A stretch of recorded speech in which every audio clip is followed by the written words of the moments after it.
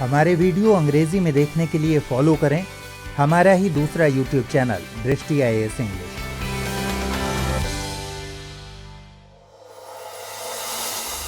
प्रिय व्यूअर्स, दृष्टि IAS के नए प्रोग्राम प्रीलिम्स प्रैक्टिस क्विज में हम UPSC और अलग अलग स्टेट PCS की प्रारंभिक परीक्षाओं में पूछे गए सवालों को विश्लेषण के साथ हल करेंगे। जानकारी के साथ साथ सही उत्तर का चयन करते समय कौन से ट्रिक कारगर साबित होते हैं उन्हें भी सीखेंगे। विकल्पों की छंटनी करना, बुनियादी अवधारणा को समझना, तथ्यों और अतिवादी व विशेष शब्दों पर ध्यान देने का अभ्यास करने की भी कोशिश करेंगे। इस कार्यक्रम के तहत हम हर एपिसोड में 5 सवालों को हल करेंगे। टीम दृष्टि द्वारा हाल ही में लॉन्च की गई प्रीलिम्स प्रैक्टिस सीरीज नामक पुस्तक श्रृंखला को आधार बनाइए। इसमें UPSC समेत विभिन्न प्रारंभिक परीक्षाओं में पूछे गए करीब 8 से 10 हजार प्रश्नों का संकलन, उत्तर व विश्लेषण के साथ तैयार किया गया है। इस सीरीज की कुछ किताबें मार्केट में आ चुकी हैं और कुछ आने वाले समय में आएंगी। तो मुझे उम्मीद है कि आप सबने 2018 के क्वेश्चंस को अपने सामने रख लिया होगा। 2018 में जो सवाल पूछे गए थे उन्हें अपने सामने रखिए ताकि इस सेशन में आपको सवाल और उनके जवाब अच्छे से समझ में आए। प्रीवियस प्रैक्टिस क्विज के सेशन 16 में आपका स्वागत है। शुरुआत करते हैं पहले प्रश्न से। निरपेक्ष तथा प्रति व्यक्ति वास्तविक GNP की वृद्धि आर्थिक विकास की ऊंची दर का संकेत नहीं करती यदि A. औद्योगिक उत्पादन कृषि उत्पादन के साथ साथ बढ़ने में विफल रह जाता है, B. कृषि उत्पादन औद्योगिक उत्पादन के साथ साथ बढ़ने में विफल रह जाता है, C. निर्धनता और बेरोजगारी में वृद्धि होती है, D. निर्यातों की अपेक्षा आयात तेजी से बढ़ते हैं। गाइस, यह एक कॉन्सेप्ट बेस्ड क्वेश्चन है। सॉल्व करने के लिए जरूरी है कि हम आर्थिक विकास और आर्थिक वृद्धि के बीच बेसिक अंतर जानते हों। GNP, GDP जैसे कॉन्सेप्ट भी पता होने चाहिए ताकि उन्हें कोरिलेट किया जा सके। उत्तर तक पहुंचने से पहले हम प्रश्न को थोड़ा सरल बनाते हैं। आप जब भी इस तरह के किसी सवाल को अटेम्प्ट करें जहां भाषा के स्तर पर आपको प्रॉब्लम हो तो आप उसे पहले सरल शब्दों में तोड़ लें। यहाँ सवाल में पूछा जा रहा है कि मान लीजिए अगर किसी देश की GNP बढ़ जाए तो इससे यह तो पता लगेगा कि वहाँ आर्थिक वृद्धि हुई है, लेकिन क्या इससे यह भी पता लगेगा कि उस देश में आर्थिक विकास भी हुआ है? फ्रेंड्स, पहले हमें यह पता होना चाहिए कि क्या आर्थिक वृद्धि और विकास एक ही बात है। हम आपको बता दें कि इन दोनों में बेसिक डिफरेंस है। किसी देश की GNP या यूं कहें कि आय के संकेतों में तेजी के आंकड़े वहां की आर्थिक वृद्धि को बताते हैं। किसी साल GDP वृद्धि दर 5.8 है तो किसी साल बढ़कर 6.2 है। तो क्या जो वृद्धि आंकड़ों में हुई लोगों के विकास में भी उतना ही सुधार हुआ? यानी आर्थिक विकास दर किसी देश के लोगों के जीवन की गुणवत्ता में हुए सुधार को दिखाता है। ऐसा हो सकता है कि किसी देश में एक छोटे तबके की प्रति व्यक्ति आय कहीं ज्यादा हो जबकि एक बड़े वर्ग की पहुंच मूलभूत चीजों जैसे शिक्षा, स्वास्थ्य, जल, आधारभूत अवसंरचना यानी सड़क, बिजली तक भी न हो, या फिर एक बड़ा वर्ग बेरोजगार और निर्धन हो। इन सब बातों से यही निष्कर्ष निकलता है कि यह जरूरी नहीं है कि आर्थिक वृद्धि किसी देश के आर्थिक विकास की ऊंची दर को दर्शाए। दोस्तों, यह सवाल आर्थिक विकास पर फोकस करता है, यानी किसी देश में अगर GNP वृद्धि अधिक है और वहां बड़ा तबका बेरोजगार हो तो वह आर्थिक विकास का संकेत नहीं हो सकती। इसलिए यहाँ C विकल्प सही होगा। अगर किसी देश की GDP यानी ग्रॉस डोमेस्टिक प्रोडक्ट में से उस देश में विदेशियों द्वारा की गई कमाई को घटा दिया जाए और विदेशों में रह रहे लोगों की आय को जोड़ दिया जाए तो GNP यानी ग्रॉस नेशनल प्रोडक्ट निकाला जा सकता है। प्रति व्यक्ति GNP को देश की कुल GNP में कुल जनसंख्या से भाग देने पर निकाला जा सकता है। GNP को मुद्रास्फीति के साथ साथ देखने पर वास्तविक GNP का पता लगाया जाता है। GNP किसी देश की आर्थिक वृद्धि का संकेतक होती है।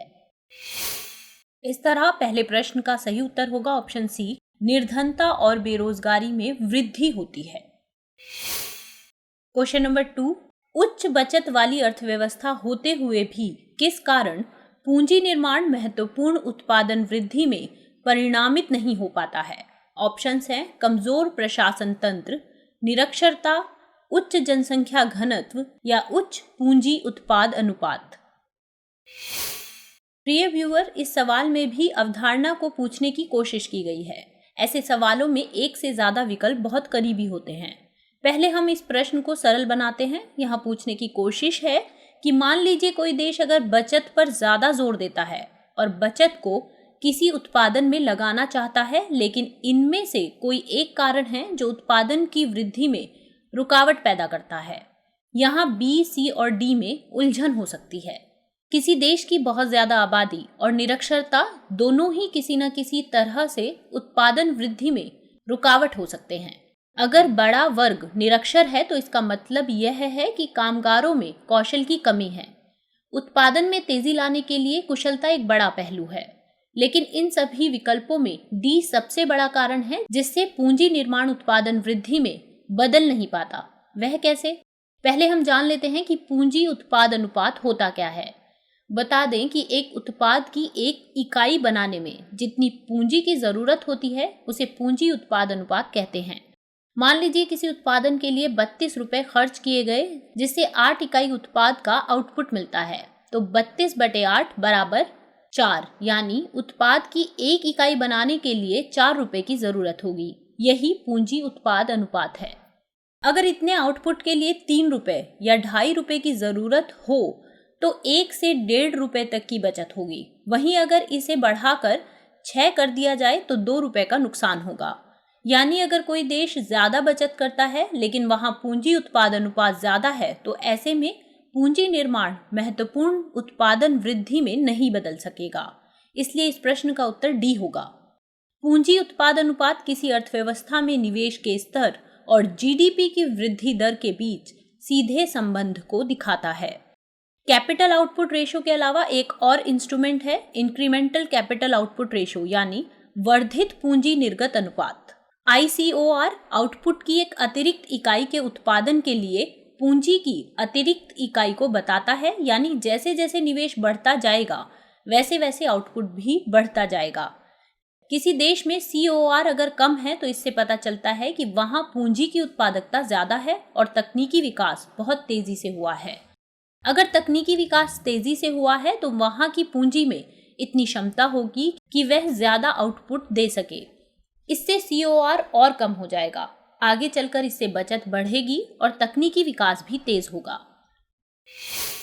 इस तरह क्वेश्चन नंबर 2 इसका सही आंसर है ऑप्शन डी, उच्च पूंजी उत्पाद अनुपात। क्वेश्चन नंबर 3, निम्नलिखित कथनों पर विचार कीजिए। एक संकल्पना के रूप में मानव पूंजी निर्माण की बेहतर व्याख्या उस प्रक्रिया के रूप में की जाती है जिनके द्वारा पहला, किसी देश के व्यक्ति अधिक पूंजी का संचय कर पाते हैं। दूसरा, देश के लोगों के ज्ञान, कौशल स्तरों और क्षमताओं में वृद्धि हो पाती है। तीसरा, गोचर धन का संचय हो पाता है। चौथा, अगोचर धन का संचय हो पाता है। उपर्युक्त कथनों में से कौन सा या कौन से कथन सही है या हैं? ऑप्शंस हैं 1 और 2, केवल 2, 2 और 4, 1, 3 और 4।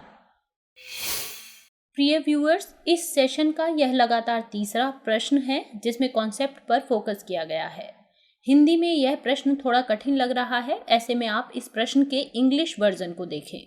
सरल शब्दों में देखें तो प्रश्न में पूछने की कोशिश की गई है कि किसी देश में अगर मजबूत मानव पूंजी बल है तो वहाँ क्या क्या संभव है। इसके लिए पहले हमें समझना होगा कि मानव पूंजी का कॉन्सेप्ट क्या है। फ्रेंड्स, किसी देश में लोगों का वह समूह जिसे वहाँ की सरकार शिक्षा, स्वास्थ्य या प्रशिक्षण में निवेश कर कुशल और प्रशिक्षित कर देती है, उस देश की मानव पूंजी होती है। जिस तरह किसी भौतिक संसाधन जैसे भूमि संसाधन को भौतिक पूंजी जैसे फैक्ट्री में बदला जा सकता है, वैसे ही विद्यार्थियों जैसे मानव संसाधन को इंजीनियर और डॉक्टर बनाया जा सकता है। मानव संसाधन को भी मानव पूंजी में तब्दील करने के लिए मानव पूंजी की जरूरत पड़ती है। उदाहरण के लिए डॉक्टर्स और इंजीनियर्स तैयार करने के लिए शिक्षकों की जरूरत होगी। इसका मतलब और अधिक मानव पूंजी निर्माण के लिए मानव पूंजी में ही अधिक निवेश करना होगा। माना जाता है कि शिक्षा एक सबसे अहम आयाम है जिसमें निवेश करने से एक बड़ी मानव पूंजी तैयार की जा सकती है। लेकिन हम स्वास्थ्य को पीछे नहीं छोड़ सकते, क्योंकि किसी देश के तीव्र विकास के लिए चाहिए कि वहाँ के लोग स्वस्थ रहें, ताकि उनका व्यक्तिगत, भौतिक और मानसिक विकास हो सके। इसके अलावा भी सरकारें मानव पूंजी निर्माण के लिए रोजगार, प्रशिक्षण, प्रवसन और सूचना पर खर्च करती है। अब हम एक एक कथन को देखते हैं। प्रिय व्यूअर्स, हमारा मानना है कि इस तरह के सवालों में तेजी न दिखाएं। सबसे पहले प्रश्न को सरल भाषा में तोड़ें और फिर एक एक कथन पर सही से विचार करें। यहाँ पहला और तीसरा कथन गलत है, क्योंकि यह जरूरी नहीं है कि एक कुशल वर्ग धन को जोड़ ही सके। ऐसे कई देश हैं जहाँ की बड़ी जनसंख्या शिक्षित और कुशल है, लेकिन आर्थिक वृद्धि धीमी है। दोस्तों, तीसरे कथन के लिए हमें गोचर शब्द के लिए इंग्लिश देखनी होगी। यहाँ टेंजिबल लिखा हुआ है, यानी मूर्त या भौतिक, जैसे कि भूमि, सोना या कोई निजी वाहन। पहले कथन की तरह यहाँ भी जरूरी नहीं कि गोचर धन का संचय हो सके। दूसरा और चौथा कथन सीधे तौर पर मानव पूंजी से संबंधित है।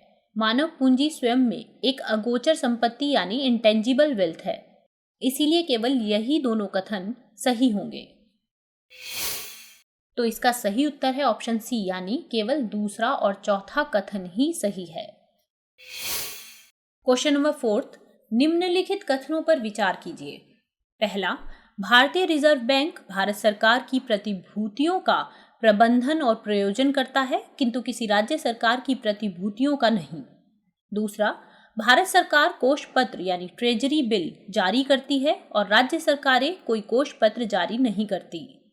तीसरा, कोष पत्र ऑफर अपने सम मूल्य से बट्टे पर जारी किए जाते हैं। उपर्युक्त कथनों में से कौन सा या कौन से कथन सही है या है? ऑप्शंस हैं केवल 1 और 2, केवल 3, केवल 2 और 3, 1, 2 और 3। प्रिय व्यूअर्स, यह प्रश्न 2018 की आर्थिक घटनाओं से जुड़ा हुआ है। दरअसल 2018 में आरबीआई ने विदेशी निवेशकों को ट्रेजरी बिलों में निवेश करने की इजाजत दी थी। बता दें कि आरबीआई केंद्र और राज्य सरकारों के सहारे लोक ऋण का प्रबंधन करता है। इसके अलावा वह केंद्र सरकार सहित सभी राज्य सरकारों के ऋण प्रबंधक के तौर पर भी काम करता है। चूंकि आरबीआई से ऋण लेने के लिए केंद्र और राज्य सरकार प्रतिभूतियां जारी करती है, यानी आरबीआई दोनों सरकारों की प्रतिभूतियों का प्रबंधन और प्रयोजन करता है, इसलिए पहला कथन गलत है। अब समझते हैं कि ये सरकारी प्रतिभूतियां क्या होती हैं। फ्रेंड्स, केंद्र या राज्य सरकार द्वारा जारी जो ट्रेडेबल इंस्ट्रूमेंट यानी व्यापार करने योग्य उपकरण होते हैं, उन्हें सरकारी प्रतिभूतियां कहते हैं। ये प्रतिभूतियां सरकार के ऋण दायित्व को दिखाती हैं। इनमें जोखिम नहीं होता, इसलिए इन्हें risk free guilt aged instruments भी कहते हैं। ये 2 तरह की होती है, शॉर्ट टर्म और लॉन्ग टर्म। शॉर्ट टर्म यानी लघुकालिक प्रतिभूतियों को ट्रेजरी बिल भी कहते हैं, जिसकी मूल परिपक्वता 1 साल से कम की होती है।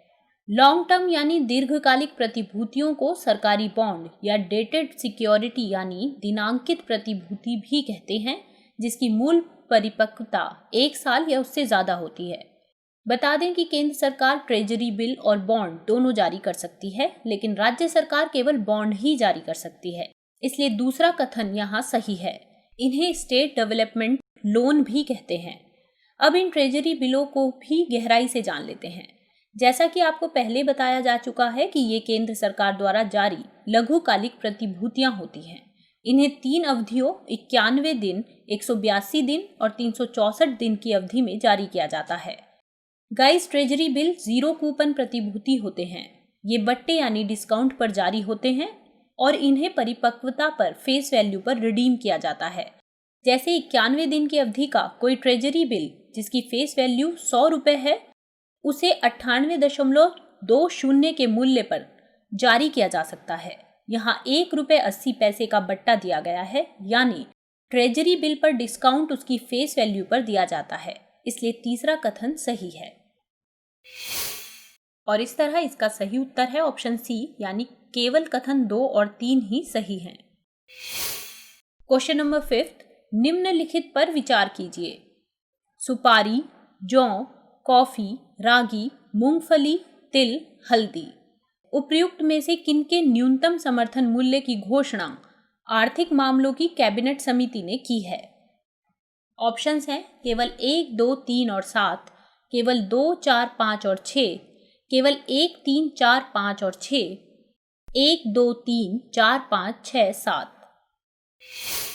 फ्रेंड्स, यहाँ सवाल पूछने का इंटेंशन यह नहीं कि स्टूडेंट कितनी फसलों के बारे में जानता है जिन पर एमएसपी दिया जाता है, बल्कि यह जानना है कि स्टूडेंट्स इस बात से परिचित है या नहीं कि कॉफी के लिए एमएसपी नहीं दिया जाता। यहाँ 3 यानी कॉफी गलत है।